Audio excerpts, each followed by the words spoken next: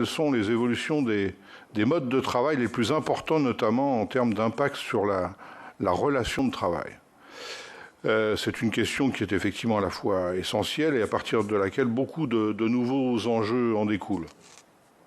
L'avenir du travail, d'ailleurs, était le thème central de la conférence de l'OIT en 2019, la dernière fois où nous avons pu tenir une conférence, je dirais, physique, puisque 2020, il n'y a pas eu de conférence du tout, et en ce moment se tient une conférence mondiale sous une forme virtuelle. Je crains que la qualité des travaux s'en ressente. Mais donc, l'avenir du travail, c'était le sujet central du débat mondial il y a 2 ans. Et ce que j'en retiens personnellement, il y a naturellement beaucoup d'aspects, mais c'est que le développement du commerce international, conjugué à l'impact des nouvelles technologies, est sans doute à la fois le défi principal, mais aussi la source des principaux bouleversements qui nécessitent de nouvelles réponses sur le terrain du droit social et au-delà. Et naturellement, le législateur peut être interpellé à ce propos.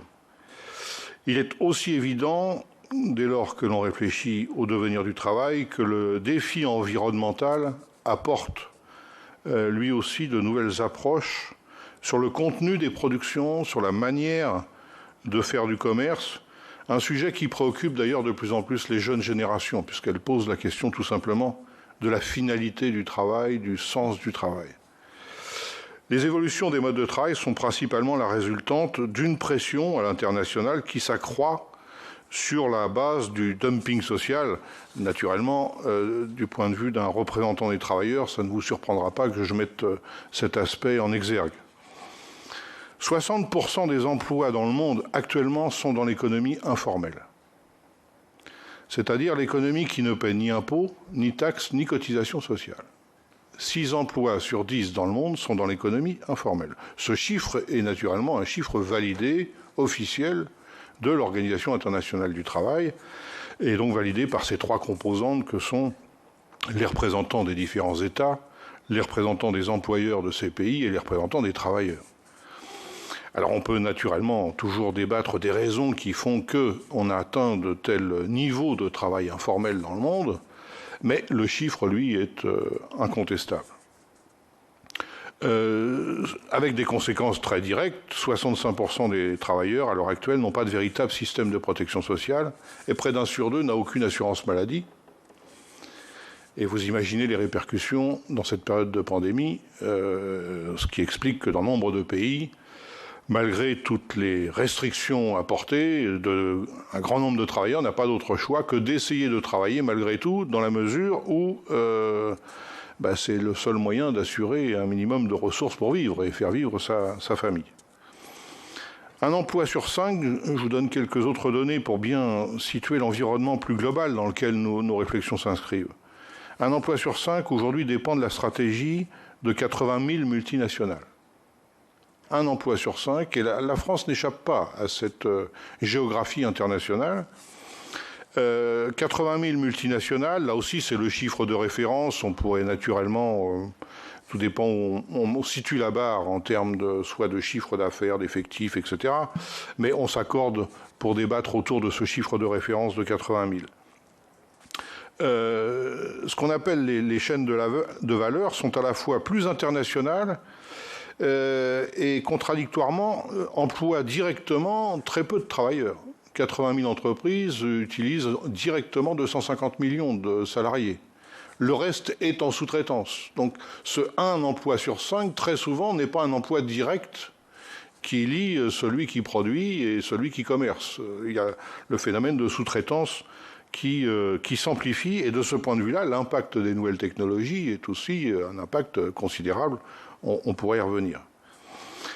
Les relations donneurs d'ordre sous-traitants se font de plus en plus pressantes sur la notion de coût, dont le coût social. Et vous comprenez bien que dès lors que, dans la majorité des emplois du monde, c'est l'absence de droits élémentaires, cette pression s'exerce, notamment à l'égard d'un pays comme la France, sur la base des droits sociaux qui sont mis en corrélation, en comparaison avec ceux qui, eux, n'en ont quasiment pas. Et dans ce cadre, le phénomène se trouve amplifié par certains usages des nouvelles capacités technologiques. Et comme toute technologie, ce n'est pas un constat spécifique aux problématiques liées au travail, l'usage des technologies, l'appréciation qu'on peut en faire, varie naturellement de l'usage que l'on veut bien faire d'une technologie, qui peut avoir d'énormes atouts, représenter des avancées, y compris pour le bien-être dans de multiples domaines, mais on sait qu'aussi une même technologie peut être à revers utilisée au détriment soit de la santé, de la sécurité, peu importe, du bien-être social. Donc il en va du travail et des nouvelles technologies liées au travail, comme sur les autres technologies, suivant l'usage que l'on en fait, cela peut apporter un plus, je dirais, qualitatif, voire quantitatif, ou au contraire, être source de nouvelles dérives sur lesquelles peut-être il conviendrait de modifier ou de faire évoluer le droit qui n'avait pas forcément intégré ces nouvelles formes de travail. Donc je prends ainsi le cas du télétravail pour vous en dire un mot qui s'est fortement développé, notamment sous la contrainte naturellement de cette pandémie mondiale. De ce point de vue-là, je vous invite à prendre connaissance du guide pratique qui a été édité par l'Organisation internationale du travail en octobre 2020, qui donne des orientations, des recommandations sur l'utilisation du télétravail durant la pandémie, mais et après. Et ce qui est intéressant, en tout cas il faut le souhaiter, c'est qu'on s'approche de cette notion de l'après. Et le télétravail, dans ce guide, est mis en avant comme pouvant représenter des opportunités nouvelles. Je vais citer un seul exemple. Par exemple, il est notable que les personnels subissant un handicap, qui ont en général plus de difficultés pour accéder au travail, pour de multiples raisons, ont pu voir des capacités professionnelles s'élargir avec le télétravail, ce qui n'était pas le cas auparavant. Donc on voit que dans ce cas-là, et il y en a d'autres, le télétravail a pu être un plus, mais on peut aborder, et j'imagine que vous le faites également, toute la problématique de la conjugaison temps de travail, temps personnel, avec de nouvelles organisations à la fois professionnelles, mais aussi personnelles. Mais dans le même temps, le télétravail est source de dérives au regard du droit social. Et dans le rapport qu'a produit l'OIT sur l'analyse de l'impact du télétravail en 2020, donc c'est encore partiel dans cette période de pandémie, on est en 2021, il y a deux dérives principales que je voulais évoquer auprès de vous. D'une part, le télétravail a augmenté le travail non déclaré. Donc je vous ai dit qu'on était déjà à 60%, et vous comprenez bien que c'est une source d'inquiétude. Donc le télétravail a pu augmenter le travail non déclaré et le télétravail a augmenté le temps de travail. Ça, c'est une tendance internationale constatée. Le temps de travail pour les travailleurs avec une confusion qui s'entretient entre temps de travail et temps de repos. Alors en France, il y a eu cette négociation interprofessionnelle sur le télétravail. Elle n'a pas débouché sur un accord interprofessionnel permettant de définir les conditions d'exercice du télétravail en France, mais sur une sorte de guide de bonne pratique, en quelque sorte, laissant ainsi aux entreprises et aux employeurs le soin de s'en inspirer ou pas. Et cela illustre, de mon point de vue, une nouvelle fois une rupture avec la structure du droit social français qui a été entamée depuis plusieurs décennies maintenant. Ça n'est pas un phénomène nouveau, mais je voulais m'y arrêter un instant auprès de vous. Parce que ce que soulève ce glissement, selon moi, c'est tout simplement la problématique de savoir quel espace doit occuper le droit social collectif, et donc éventuellement la loi ou les textes référents, et ce qui doit être laissé à la libre appréciation, soit entreprise par entreprise, soit branche professionnelle par branche professionnelle.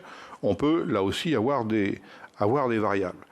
Et de nouveau, cette problématique du télétravail débouche sur aussi le risque d'une inégalité de traitement de salariés qui peuvent être à situation comparable, mais qui, suivant l'entreprise dans laquelle ils travaillent, vont pouvoir s'accorder sur des modalités qui peuvent être très différentes d'un salarié à un autre, ce qui n'est pas sans soulever, de mon point de vue, des questions liées aux inégalités de plus en plus importantes vis-à-vis du droit du travail en fonction de l'entreprise dans laquelle on exerce son activité.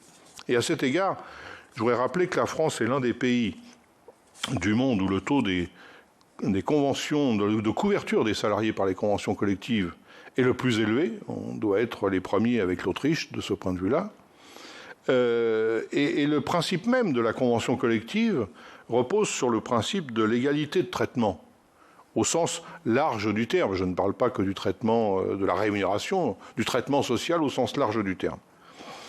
Une égalité de traitement entre travailleurs aux activités comparables, par exemple dans une branche professionnelle, afin de considérer que dans la compétition économique entre les entreprises, il y avait plusieurs facteurs de compétitivité qui étaient naturellement possibles et respectables, les capacités de recherche, de mise au point, de développement, les capacités à communiquer sur ces produits et les capacités de communication, mais la convention collective revient à dire qu'on ne considère pas que les conditions sociales différentes d'une entreprise à une autre dans un même secteur doivent être des éléments de compétitivité, sinon on prend le risque d'une forme de dumping social. C'est ça l'origine des conventions collectives dans notre pays, dont je rappelle que l'origine vient d'actions syndicales, sociales, dans les mines du nord de la France. C'est ça notre histoire. Et on a même été jusqu'à considérer, et certains nous l'envient, ô combien j'en suis témoin dans cette période de pandémie, que sur les questions de protection sociale, il nous fallait un dispositif qui soit collectif, avec un accès généralisé. C'est le principe de la sécurité sociale, dont on ne peut que se féliciter dans une période comme celle-ci. Je ne développerai pas sur les témoignages de mes camarades qui sont dans des pays n'ayant pas du tout de système comparable ou avoisinant. Et donc ce principe d'égalité vis-à-vis du droit du travail a été très déstabilisé par des réformes successives sur le droit du travail. C'est la décentralisation de la négociation collective, de plus en plus entreprise par entreprise, l'affaiblissement des instruments de représentation collective des travailleurs, et de ce point de vue-là, l'instauration des CSE en substitution des délégués du personnel, comité d'entreprise, comité d'hygiène et de sécurité n'a pas forcément été une bonne opération de mon point de vue. Et on voit d'ailleurs qu'en termes de représentation, les nouvelles technologies posent des questions similaires.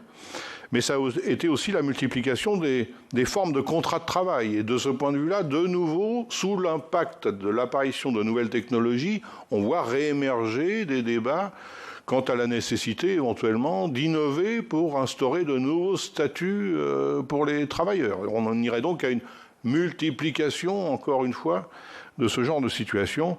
La question des plateformes, sur lesquelles je vais revenir un instant, l'illustre ô combien.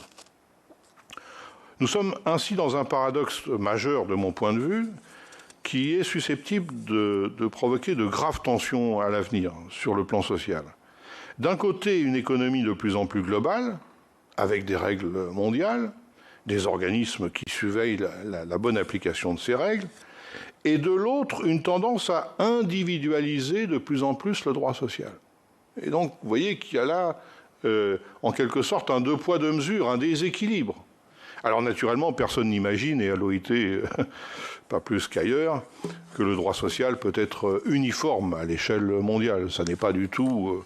Mais il y a un certain nombre de principes de droits fondamentaux qu'il nous faudrait faire progresser, quels que soient les points du globe.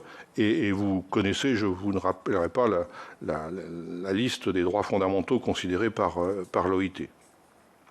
Et donc cette tendance à individualiser de plus en plus le droit social des travailleurs est souvent présentée au nom de la liberté individuelle ou d'une certaine modernité. Or, pardonnez-moi de le rappeler aux législateurs, mais il y a une évidence, il n'y a pas de liberté individuelle sans droit collectif. Ça n'existe pas, et dans tous les domaines. Et naturellement, c'est aux législateurs qu'il appartient de définir ce qu'il convient d'arrêter comme un droit collectif, quitte à ce que les modalités d'application puissent, elles, être variables compte tenu de situations spécifiques. Et de ce point de vue-là, le droit social a toujours su tenir compte de spécificités. Je pense au travail saisonnier, je pense... Le tout étant que ce soit le résultat d'une réelle négociation entre les différents acteurs, de manière à ce qu'il n'y ait pas le sentiment d'un préjudice ou d'un mauvais traitement du côté des salariés. Alors, quelques mots sur... vous m'arrêtez, Monsieur le Président, si vous considérez que je suis un peu trop long. sur mon propos, je voulais évoquer la problématique donc, des plateformes numériques, objet de vos travaux également. L'OIT a publié hier à 12 h, très précisément, un nouveau rapport sur les questions d'emploi et questions sociales dans le monde. Bon, je ne reprends pas l'essentiel de ce rapport, si ce n'est pour dire que les projections annoncées en matière d'emploi sont particulièrement sombres pour la période à venir, avec, au-delà du nombre d'emplois susceptibles d'être disponibles, une large aggravation des inégalités et de la précarité qui semble se dessiner si, naturellement, les États, et de manière coordonnée, ne trouvent pas les voies et les moyens pour réagir en conséquence. Ce qui est quand même un pronostic assez sombre de notre point de vue et particulièrement inquiétant. Mais dans ce rapport sur les questions sociales dans le monde dans la période à venir, une partie a été publiée auparavant sur le rôle des plateformes numériques dans la transformation du monde du travail. Donc c'est au centre, je pense, de vos réflexions ou parmi vos réflexions. C'est une enquête, et là aussi il y a une publication, donc je vous invite éventuellement à en prendre connaissance in extenso.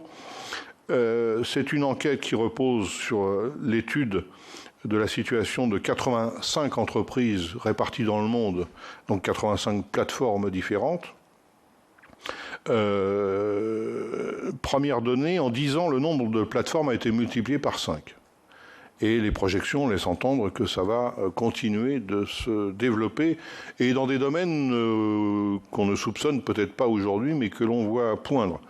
Donc c'est un sujet d'actualité et qui nécessite, comme vous le faites, d'y travailler. S'agissant des investissements dans ce domaine, il est noté que 96% des investissements se concentrent en Asie, en Amérique du Nord et en Europe. Par contre, j'attire votre attention sur le fait que s'agissant des revenus issus de l'activité de ces plateformes, 70% des revenus se concentrent dans 2 pays seulement, les États-Unis et la Chine. Donc je l'évoque tout simplement pour sensibiliser sur le fait que si d'aucuns pensent qu'il y a là un nouvel Eldorado économique, aujourd'hui, voilà, les concentrations sont déjà assez manifestes. Alors, l'OIT appelle à une concertation politique internationale et à une coopération dans le domaine de la réglementation des plateformes, mais comme dans tout domaine, et vous le savez bien, n'attendons pas que le droit international, ou ne conditionnons pas plutôt l'évolution de notre droit national à une avancée internationale. Je suis bien placé pour savoir que c'est en général beaucoup plus long, donc beaucoup plus laborieux, et que parfois, et souvent même, le droit international s'inspire de droits nationaux qui peuvent être source de référence pour une législation qui s'étend sur un continent, en Europe par exemple, ou plus largement. Donc tous les travaux permettant d'avancer dans ce domaine seront les bienvenus. Les défis sur les plateformes ont été identifiés par l'OIT sur ce rapport. Encore une fois, c'est un extrait très imparfait. Les défis auxquels font face les travailleurs de ces plateformes concernent aussi bien les conditions de travail, la régularité du travail et des revenus, l'absence d'accès à la protection sociale, et j'ai noté que vous en aviez fait un sujet de préoccupation, les horaires de travail, naturellement, qui peuvent s'avérer à la fois longs et imprévisibles.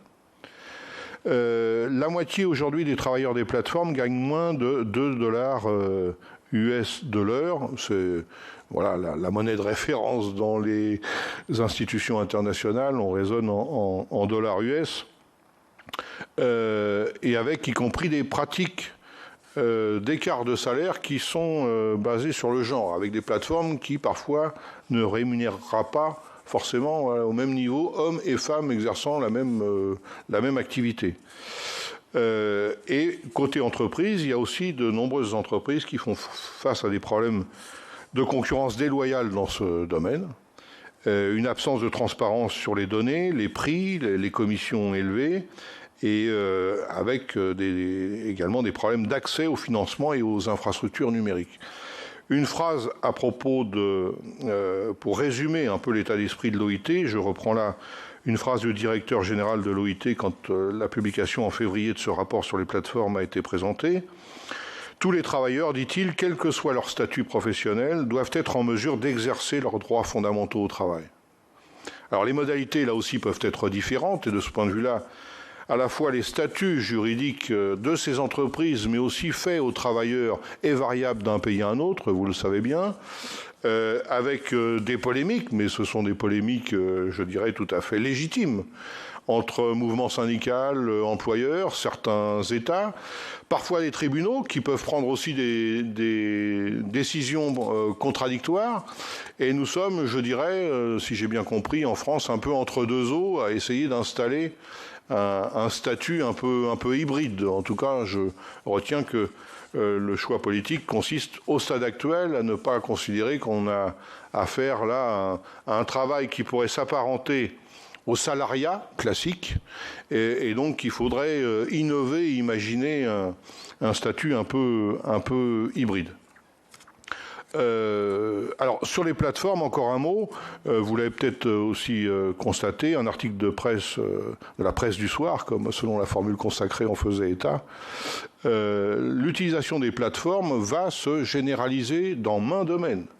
On est en train de constater, par exemple, c'est l'objet de cet article, mais il y a d'autres exemples, des plateformes d'emploi aujourd'hui qui sont des supports qui permettent, de mon point de vue, des abus et un contournement du droit social, puisque ces plateformes d'emploi suggèrent notamment que tous ceux qui étaient salariés, ou un certain nombre de ceux qui étaient salariés hier, conservent la même activité professionnelle, mais changent de statut en passant à auto-entrepreneur. On a là une déviation du droit social qui a aussi des conséquences.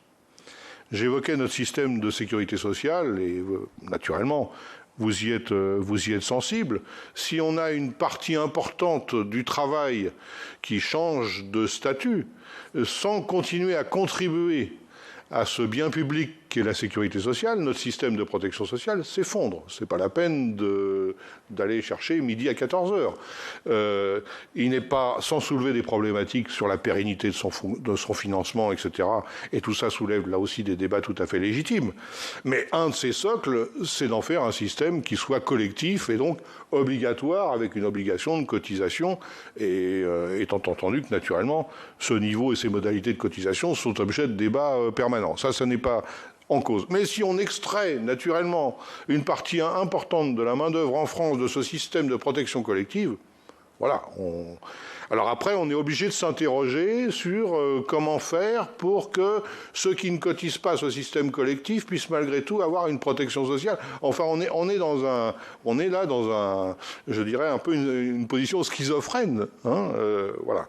Alors, dernier mot, et Monsieur le Président, je m'excuse auprès de vous, je conviens d'avoir été excessivement long. En préparant quelques notes, on n'a pas forcément conscience du temps que l'on peut passer à développer son propos, mais pour dire en guise de conclusion que, selon l'OIT, 80% du travail à l'avenir continuera de se faire pour autrui. Autrement dit, dans la grande majorité des cas, on continuera de travailler pour quelqu'un d'autre. Alors ça peut être le quelqu'un d'autre, ça peut être un particulier, ça peut être une entreprise, mais on travaillera pour quelqu'un d'autre. Alors là aussi, ça n'empêche pas d'avoir le débat sur la nature de la relation.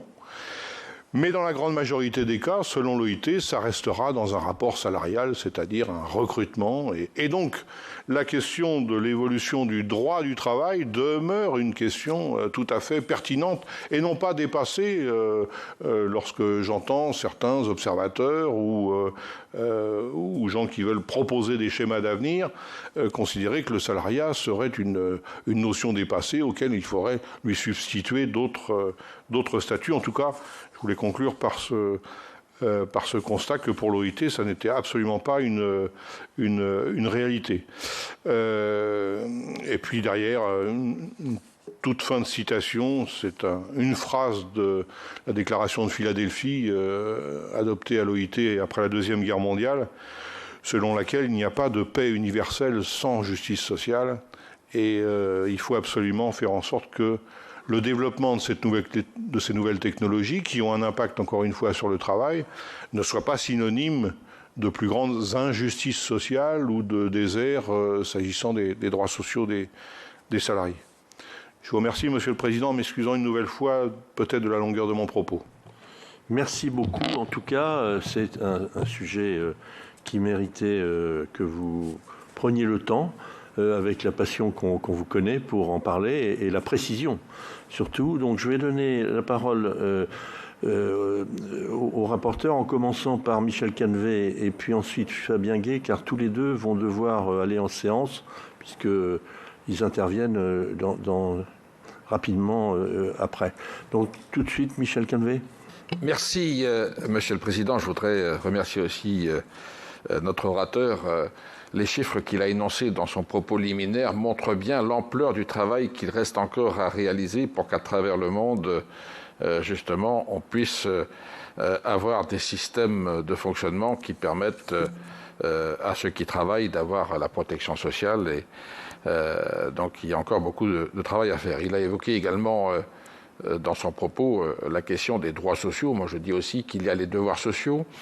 Et on peut quand même s'apercevoir qu'un certain nombre de gens, beaucoup de jeunes aujourd'hui, aspirent, je dirais, à ne pas être trop dépendants des devoirs sociaux. J'entends par là ne pas devoir dépendre de décisions hiérarchisées, pouvoir travailler selon un rythme de vie qu'ils choisissent. Et donc c'est peut-être cette défiance à l'égard des devoirs sociaux qui fait que peut-être d'autres formes de travail que le salariat ont tendance à vouloir être privilégiées aujourd'hui par ces nouvelles générations qui arrivent. Il faut se poser la question.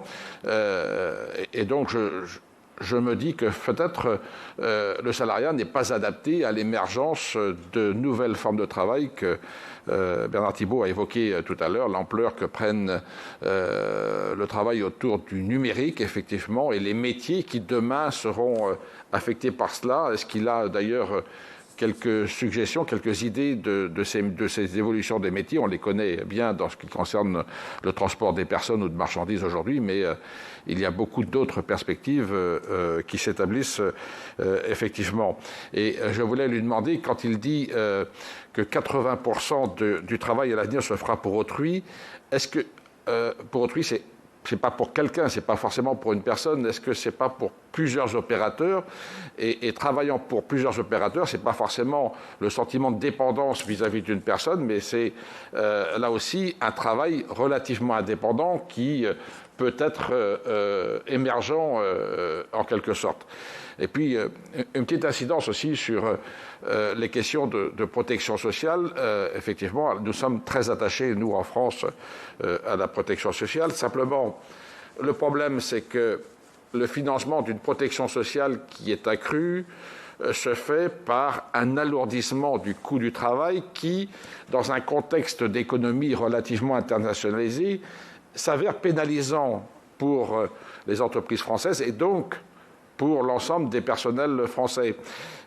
Et donc il faut qu'on fasse attention à ce qu'il n'y ait pas une course à l'échalote en quelque sorte sur la protection sociale qui conduise à dire que à chaque fois qu'on augmente les droits sociaux, et c'est légitime, on induit une augmentation des cotisations sociales qui est aussi difficile à supporter en termes de compétition économique. Donc il y a là aussi des facteurs limitants et peut-être faudra-t-il trouver un autre mode de financement de la protection sociale que les seules cotisations sur le travail à l'avenir.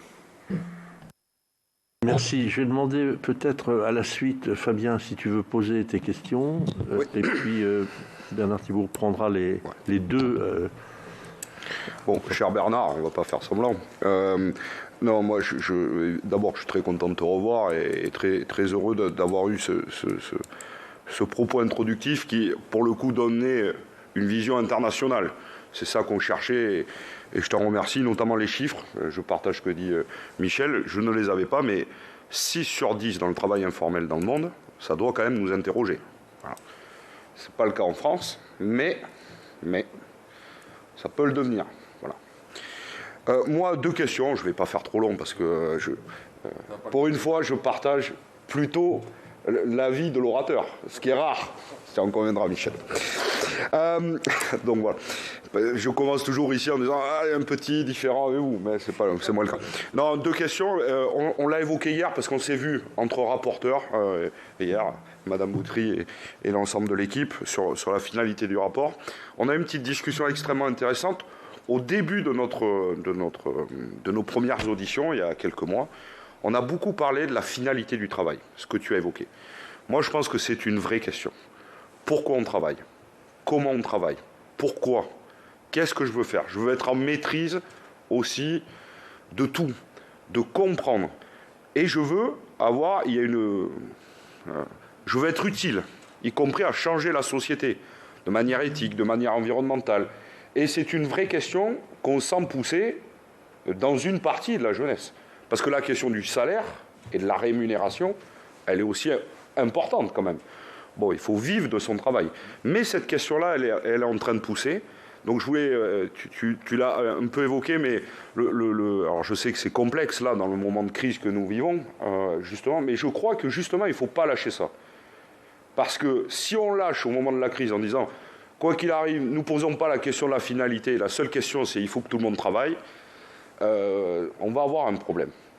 Profitons de la crise, justement pour reposer des bases, à mon avis, et ça c'est un débat politique, pour comment on travaille et on est utile à transformer la société. Alors évidemment, après, on n'est pas tous d'accord comment on veut la transformer, mais sur les questions environnementales, mon travail n'est pas destructeur de la planète. Mon travail peut permettre de sauver la planète. Par exemple, ça c'est une question.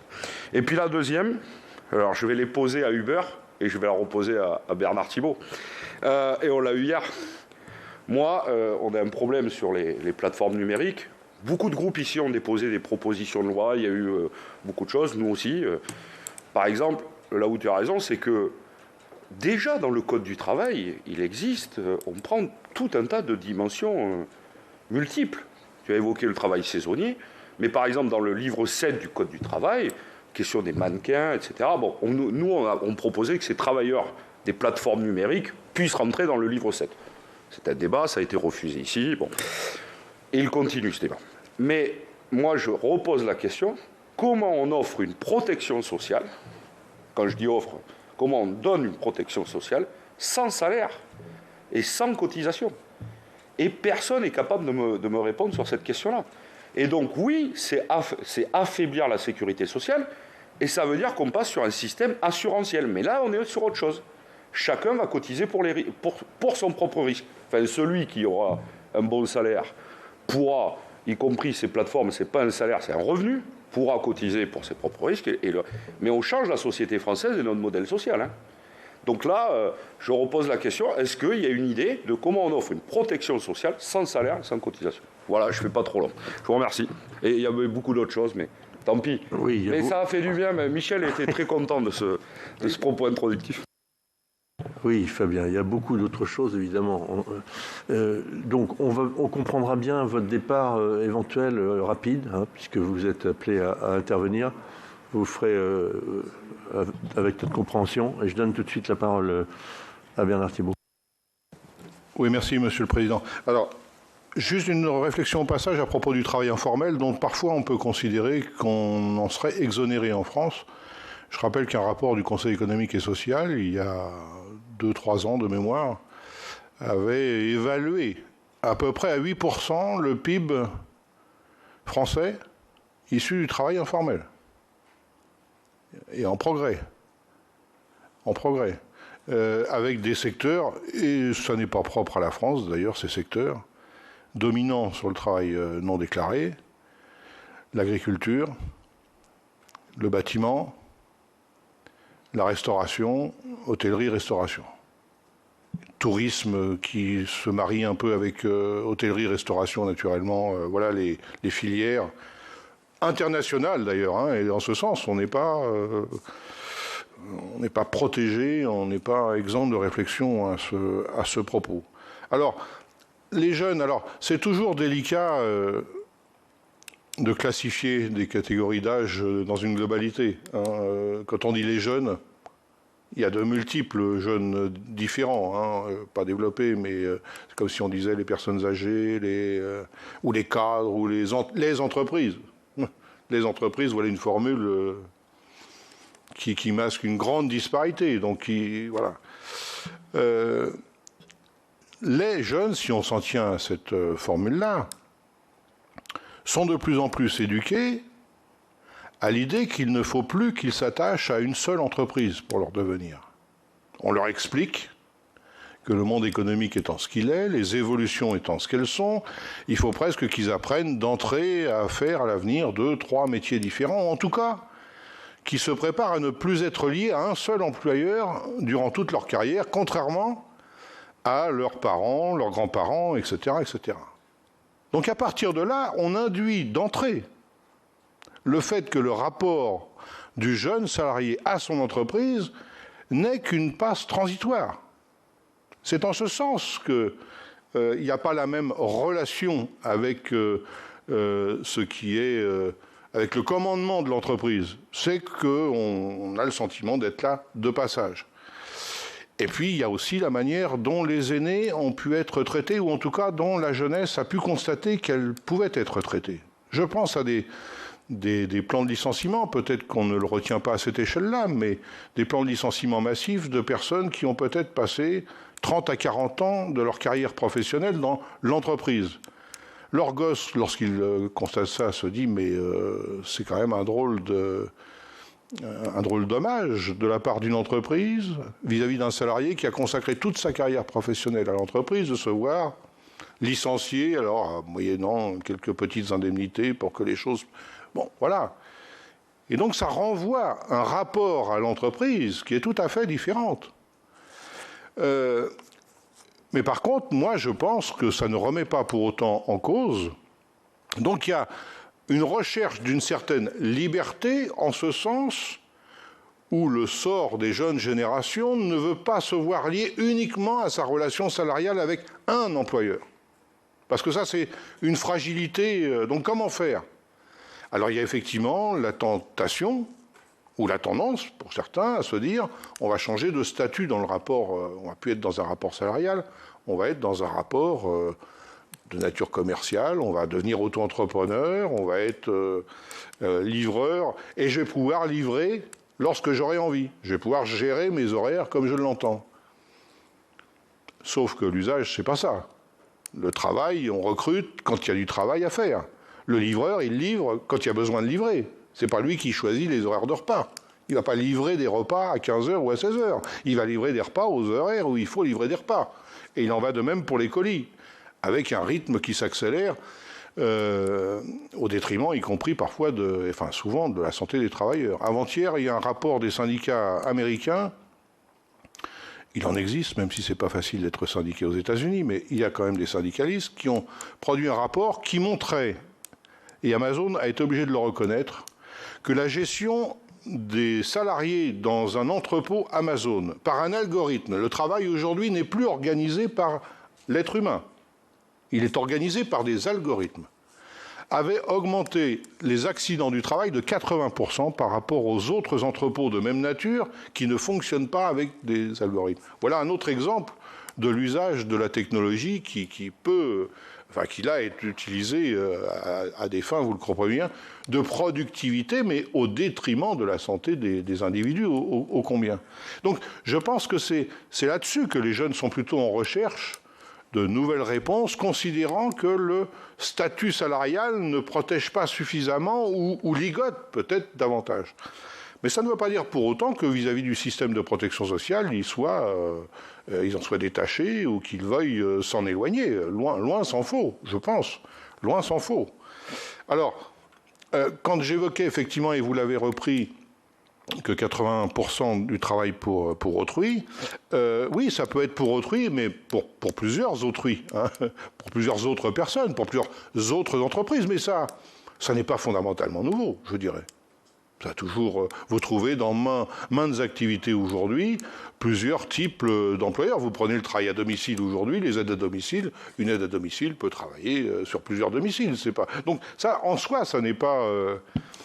La difficulté d'un point de vue social, et on accroît ce genre de situation, c'est que vos droits sociaux dépendent de chacune des situations de relations salariale en question. Donc si vous avez plusieurs employeurs, vous additionnez des droits sociaux. Et c'est ça, je pense, qui est explosif à l'avenir. Plus on avance dans le temps, avec une décentralisation des droits qui va jusqu'à définir des droits en fonction du poste occupé par l'individu, on a une inégalité de traitement avec de plus en plus de gens qui passent au travers des grilles des droits sociaux. Il n'est pas normal que de plus en plus de droits sociaux dépendent de la taille de l'entreprise dans laquelle vous travaillez, du métier que vous exercez, de l'ancienneté pour partie, quoique ça peut se discuter, et naturellement du niveau de compétition internationale. Moi, je pense qu'il nous faudrait, je vous ai parlé des conventions collectives, et j'y demeure dans sa philosophie première très attachée, mais ça ne suffit même plus, la convention collective aujourd'hui. Dans la mesure où, comme je vous l'indiquais, on explique aux jeunes générations, et il y a des arguments pour le justifier, qu'ils doivent être aussi en capacité de changer de filière d'activité. Donc il nous faut bien avoir des droits sociaux qui accompagnent cette fluidification du parcours.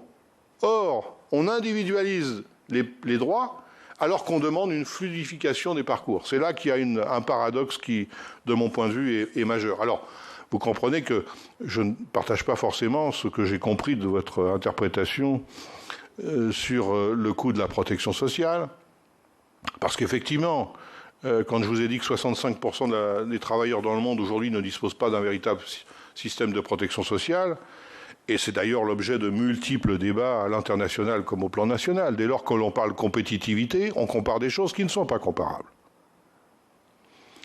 On a fait beaucoup de cas, et c'est compréhensible, de la situation sanitaire en Inde ces dernières semaines. 93% du travail en Inde est informel. 93%. Vous ne pouvez pas avoir de système de santé public, de système de soins, de système de secours dans un pays qui n'a pas de système public de protection sociale, alors public ou privé. Après, on peut toujours, certains peuvent faire le choix, peu importe. Mais dès lors que vous ne contribuez pas au financement d'un système de protection sociale, quel qu'il soit, je dirais, vous ne pouvez pas vous étonner que face à un phénomène aussi meurtrier que celui-là, ben oui, mais il y a une relation directe. Alors, faut-il, et en ce sens, il y a eu une délibération à l'OIT, alors qui se trouve un peu plus impulsée du fait de la pandémie, parce qu'elle précédait cette période de pandémie. Nous sommes parvenus à faire reconnaître dans une délibération, je dis nous parce que c'est à l'initiative des travailleurs naturellement que ce sujet-là est venu, à faire reconnaître qu'à l'avenir, la protection sociale devait faire partie des droits fondamentaux du travail. Alors on en est très loin, je ne reviens pas sur les chiffres que je vous ai donnés. Droits fondamentaux, ça veut dire au même niveau de droit que l'interdiction du travail des enfants, l'interdiction du travail forcé, la liberté syndicale, la liberté d'association en syndicat, qui est loin encore d'être respectée. C'est un droit fondamental, mais c'est loin encore d'être respecté. Et donc, naturellement, pour nous, ce serait un point d'appui considérable pour faire pression sur tous les États, soit qui sont hésitants, soit qui refusent. Certains refusent des systèmes de protection sociale pour les travailleurs. Ceci dit, on peut aussi constater que face à cette pandémie, une centaine de pays ont dû prendre des mesures d'urgence parce qu'ils n'avaient pas de système de protection sociale. Et qu'à un moment donné, vous ne pouvez pas laisser une population complètement démunie, sauf quelques personnalités complètement obtues, hein, je ne citerai personne, donc vous êtes obligé de réagir. Donc il a fallu improviser des mesures de soutien, mais ça reste de l'improvisation et ça reste d'une efficacité qui n'a rien à voir, naturellement, avec un système qui est organisé. Alors, vous soulevez la question du financement, ça c'est un débat qui est tout à fait légitime, mais de ce point de vue-là, il peut y avoir de multiples approches. C'est vrai dans le domaine politique, mais c'est vrai sur le champ syndical. Il y a des suggestions pour considérer, et je pense qu'il y aurait moyen de faire évoluer les modalités de financement du système de protection sociale. Mais ce n'est pas parce qu'il faut débattre sur l'actualisation des modalités de financement que pour autant il faille disqualifier le principe et le système lui-même. Là, ce serait, on franchit un autre cap. Alors oui, les questions liées à la finalité du travail, elles sont de plus en plus, moi je le constate par mes rencontres, mais vous aussi sans doute. Je pense que les jeunes générations, et c'est une bonne chose, nous pousseront de plus en plus et pousseront les entreprises, elles poussent déjà les entreprises à se justifier sur la finalité du travail. Et vous avez aujourd'hui des jeunes à qui il arrive, s'ils en ont la capacité matérielle, je dirais, mais de refuser certains emplois au motif qu'ils considèrent que ce qu'on va leur demander de faire est contraire à la vision qu'ils peuvent avoir de la finalité du travail ou contraire à une certaine éthique. Et je pense que c'est une très bonne chose. Et d'ailleurs, il n'y a qu'à voir combien les entreprises sont de plus en plus contraintes de travailler leur image auprès du grand public, sur leur comportement, sur la manière dont elles traitent aussi les salariés, pour comprendre que ça a un impact, y compris sur des nouvelles générations. Et puis, je l'ai évoqué, je n'y reviens pas, mais la question environnementale, de fait, pose la question de la finalité du travail. On ne peut plus produire comme avant, on ne peut plus commercer comme avant, et toute la question va être... Enfin, les questions, c'est de définir de nouvelles réponses. Et ça ne peut pas être uniquement une logique économique qui l'emporte, ça ne peut pas être uniquement un cercle d'experts qui le décide. Je pense qu'il y a une capacité réelle de ceux qui travaillent, qui ont de l'expérience professionnelle, d'apporter leur pierre à la réflexion. Ça ne veut pas dire que ce sont eux seuls qui vont pouvoir le définir, évidemment. Mais ils ont une certaine expertise à leur niveau et il faut absolument leur reconnaître ce droit à pouvoir intervenir, à proposer, à suggérer de nouvelles orientations. Donc, et ce sera, je le pense, aussi susceptible de nous aider à trouver des réponses différentes pour la préservation de la planète. Alors, je ne reviens pas sur la réflexion de M. Gay sur le financement de la protection sociale, je viens de le réévoquer. Oui, on est, et le débat autour du statut des personnels utilisés dans les plateformes qui illustrent, pour un certain nombre d'entre eux, je reviens au début du propos, cette liberté soupçonnée qu'offraient les plateformes à l'usage, les personnes aujourd'hui sont les plus nombreuses. Il n'y a qu'à voir la constitution, ça surprend certains observateurs, mais maintenant la constitution de syndicats de salariés de ces plateformes, enfin salariés entre guillemets, d'utilisateurs de ces plateformes, qui revendiquent désormais la reconnaissance de droits sociaux et en tout cas qui se retrouvent complètement démunis en matière de protection sociale. Alors, ça peut renvoyer à d'autres débats lors de la création de la sécurité sociale. Certains acteurs de l'économie n'ont pas souhaité rejoindre le système collectif de sécurité sociale. Des professions indépendantes, des professions libérales, c'est un choix historique. Bon, faut-il revoir ce dispositif d'ensemble ? Pourquoi pas ? Mais ça recouvre un débat plus large avec l'ensemble des acteurs et de leurs représentants. Après tout, le périmètre de la sécurité sociale a été un accord à un moment donné. Doit-il recouvrir une notion plus universelle s'agissant du travail en France ? Mais je rappelle que dans certains secteurs professionnels, et je crois que c'est encore le cas, c'est pas du tout l'approche. Bon. Et donc moi, je suis assez critique sur cette idée que dans certains secteurs, on peut refuser l'apport au bien public, en termes de cotisation, de financement à la sécurité sociale, et refusant ça, quand on est en difficulté, on en appelle à la solidarité nationale. Vous voyez, parce que la sécurité sociale, c'est aussi une obligation pour les salariés. C'est-à-dire que c'est le choix de consacrer une part de la reconnaissance de son travail, non pas en rémunération directe, mais ce qu'on appelle une rémunération, enfin, une rétribution indirecte, c'est-à-dire qu'on s'est accordé pour qu'une part soit reversée aux travailleurs, non pas sous forme de salaire direct, mais sous forme de cotisation pour financer son système de protection sociale. Je m'excuse peut-être d'avoir l'air de faire un cours élémentaire, mais je crois que de temps en temps, il faut aussi le rappeler vis-à-vis de ceux qui s'interrogent. C'est aussi le choix historique qui a retenu un système qui soit à la fois obligatoire, non pas pour restreindre la liberté de l'individu, mais pour qu'il soit pertinent et efficace, et y compris incarnant une dimension de solidarité nationale. C'est une autre des vertus de notre système que de matérialiser une dimension de solidarité lorsque l'individu est dans la difficulté, la peine, la maladie ou l'accident de travail, par exemple.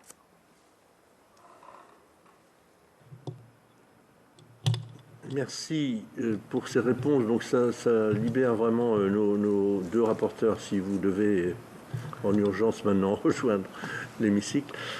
Martine Berthet, peut-être pour continuer au nom des rapporteurs. Oui, merci beaucoup, Président. Merci, Monsieur, donc, pour les éléments que vous nous apportez, effectivement, avec un point de vue peut-être parfois différent de ce que l'on a pu entendre, mais en tout cas très intéressant. J'aimerais vous poser donc plusieurs questions. Tout d'abord sur le rôle de l'inspection du travail. Le rôle actuel qui est un rôle plutôt de sanction. Nous aimerions qu'il soit tourné plutôt vers un rôle de conseil, notamment vis-à-vis des nouveaux modes de travail, de management et les évolutions que nous constatons. Quelle est votre opinion par rapport à cet aspect-là? Ensuite, alors peut-être l'avez-vous abordé, mais ça m'a échappé si vous l'avez fait, concernant la PPL Santé au travail actuellement en cours d'examen par le Parlement. Pouvez-vous également nous donner votre sentiment sur cette PPL? Est-ce qu'elle répond aux besoins et aux besoins d'évolution? Bien sûr, on le voit, les travailleurs des plateformes sont concernés par cette question de santé au travail. Donc, est-ce que pour vous, cette PPL y répond? Et également, par rapport au rapport Frouin et à la question de la prise en charge, de la couverture sociale des travailleurs des plateformes. Sa proposition est plutôt sur un portage salarial, mais les travailleurs des plateformes, visiblement, ne sont pas en accord avec, la plupart, avec cette proposition. Quel est votre avis? Je vous remercie.